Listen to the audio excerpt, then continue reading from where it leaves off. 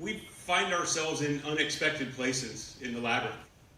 This is the Army Ranger version of Sonny Vanderbeck. You can see me there kind of hiding out in the back in camouflage.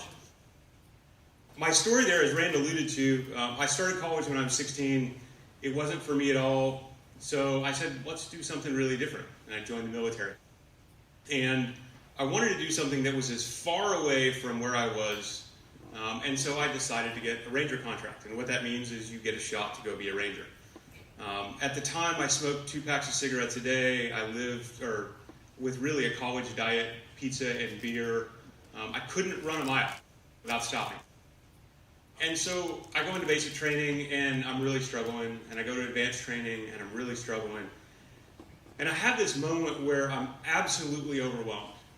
I said, there's no way that I can do this. I was looking way forward at this idea of I could be an Army Ranger.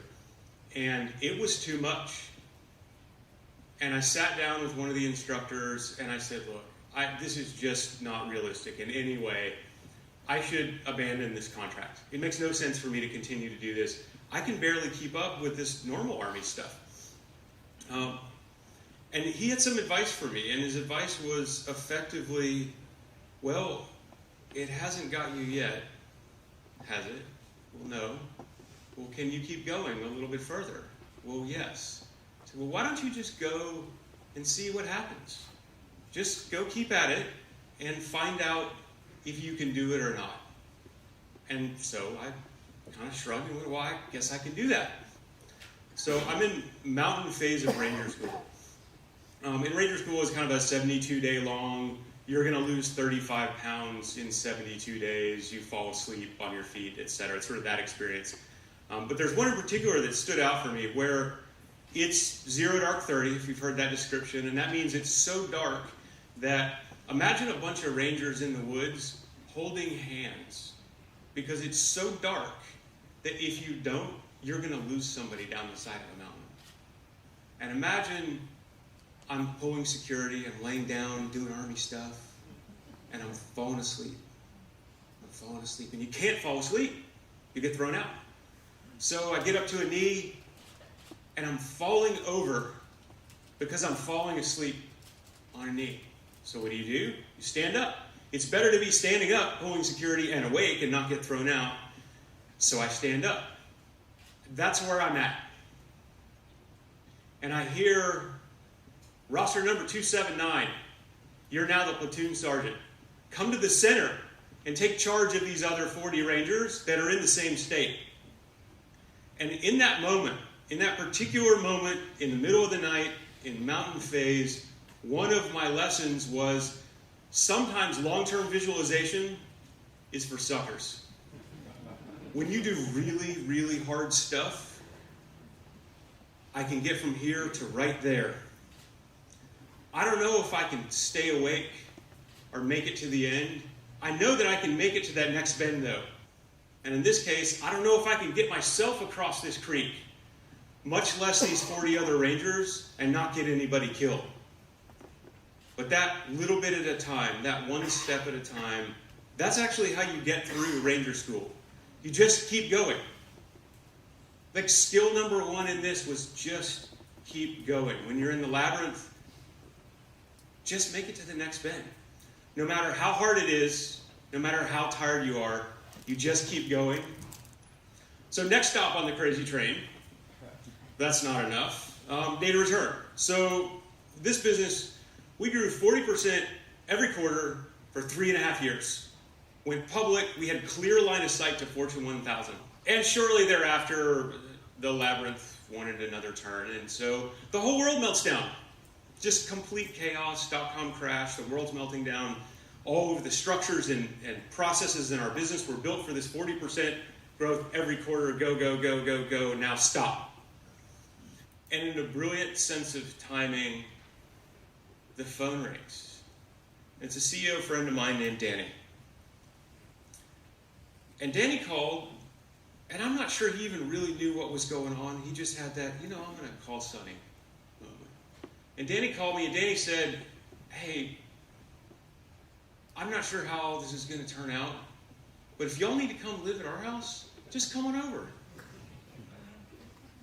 And I don't know what your own personal financial stuff is, or if you own your company or whatever, but I know you really well, and we have a lot of fun working together.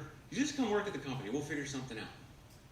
And that one 3-minute phone call of a friend just checking in and saying, hey, I get where you are, and I'm there for you. And I'm there for you in all the dimensions of your life, brought me a new lesson. And that lesson was that you don't have to go alone. So, next stop, the labyrinth takes us where it wants us to go, not where we expect. For about 4 years, Randy Eisenman, who's here in the back, the other co-founder of Satori, and I, talked about what could be, about the future of business, and about how we just might be able to change the world. What if we could build an investment firm that used conscious capitalism and a long-term outlook and be real partners with our portfolio companies? What if we could bring that into the world? And that was really awesome, except for this one thing. It was 2008. The world was melting down. You go meet people, you're like, hey, can we have some money for this investment idea? They're like, I'm buying food and ammo and gold. So maybe this isn't the best time. Randy and I were on the top floor of some beautiful office tower, and I don't actually remember what town. I just remember this moment of, the deep shag carpet and the last surviving member of some tree that they cut down to make the conference table. We're sitting there, and we had spent, a year and a half at this point trying to raise capital and not making a lot of progress. And the essence of what this company told us, this is a funds placement company, so their job was, we'll bring you all the capital you need. They said, all you have to do is abandon conscious capitalism, and all your dreams will come true. We're ready. Just don't ever talk about that again. And those are the moments where you actually get to figure out, what do you care about? What really matters? And we said no. And the fun part of it, in this idea of not going alone, in my partnership with Randy, we didn't even have to have a conversation about what we were going to do. There was no discussion of it. We just knew, no, we're not going to do that. We have built this firm to do something very specific in the world, and it will take as long as it takes. And we will do what we have to do, and we will go together. Just keep going, and you don't have to go alone. It's not because we're stubborn. It's because we're building something great. It's not because we're stubborn. It's because we have to see the world in a different way. It's not because we're stubborn. It's that there is nothing more powerful than an idea whose time has come. This idea, this purpose, this essence of who we are, it gives us the energy to just keep going. And it provides a light to let us be surrounded by friends. We go out in the world with all of these plans and ideas, and life is not going to be neat, and it's not going to go as expected. And that brings us all the way back to the beginning, back to Ranger School, mountain phase, in fact. Sitting at the bottom of the Tennessee Valley Divide, cold and shivering and hungry, in a goat shed, getting a briefing, and knowing that we're going to end today at the top of the Tennessee Valley Divide. No idea how you're going to make it. Every day, every moment is just going to make it right over there, and I'll see where I'm at when I get there.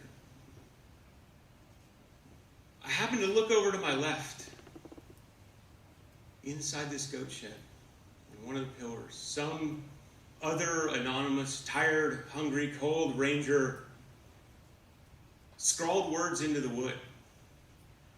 And they're words that I know I will never forget. And I hope that we will never forget them. Remember who you are. There is no finish line. Thank you.